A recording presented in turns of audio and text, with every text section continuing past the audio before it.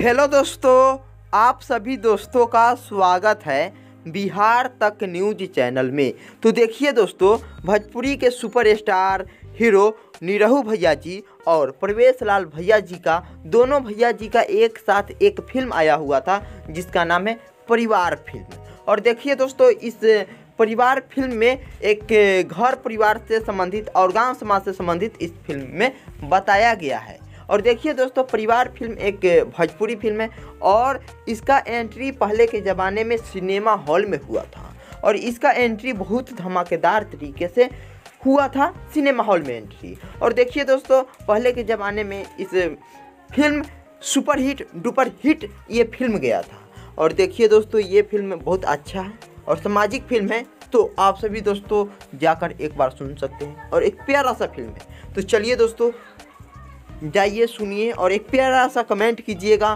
Please दोस्तों, मेरे channel पर नए होंगे तो सब्सक्राइब कीजिए, घंटी को दबाना नहीं भूलिएगा। इसी तरह से हम जानकारी लेके इसी प्रकार से हम आते रहें।